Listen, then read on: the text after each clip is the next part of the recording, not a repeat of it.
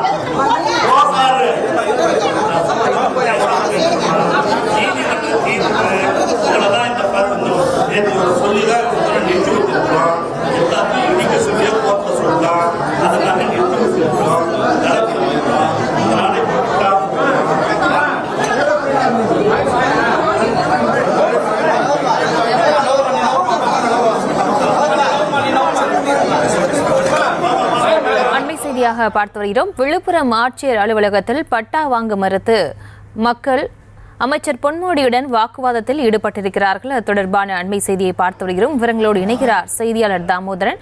தாமோதரன் வணக்கம். என்ன காரணத்திற்காக அங்க இருக்கக்கூடிய மக்கள் பட்டா வாங்க மறுத்திருக்கிறார்கள்? விவரங்களை வழங்கலாம்.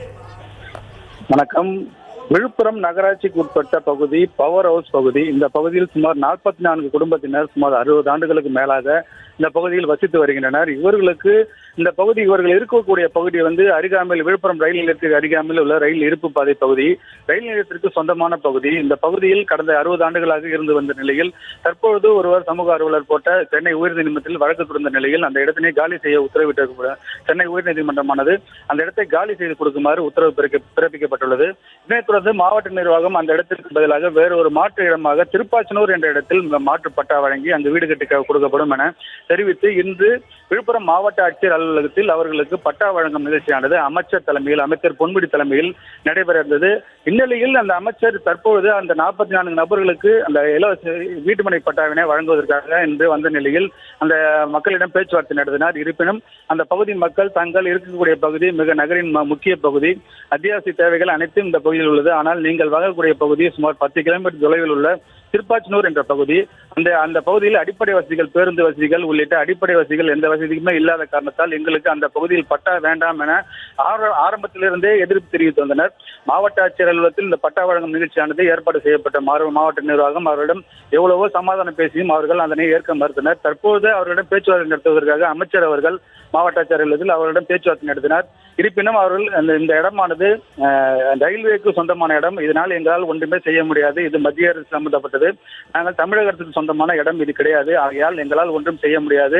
இது மட்டுமின்றி நீதிமன்ற உத்தரவின் உள்ள நீதிமன்ற உத்தரவு காலி செய்யுமாறு உத்தரவு பிறப்பிக்கப்பட்டுள்ளது. அதனை மீறி நாங்கள் எங்களால் ஒன்றுமே செய்ய முடியாது. நீங்கள் இந்த இடத்திற்கு பதிலாக நகரில் கொடுக்க முடியாது, உங்களுக்கு நகரில் இலவசமான பட்டா கொடுக்க முடியாது, நகரை வெளியில் உள்ள திருப்பாச்சனூர் என்ற கிராம பகுதியில் நாங்கள் இந்த இலவச வீட்டுமனை பட்டாவினை உங்களுக்கு வழங்குகிறோம். அது மட்டுமின்றி அந்த இடத்தில் நாங்கள் வீடுகளையும் கட்டி கொடுக்கிறோம்.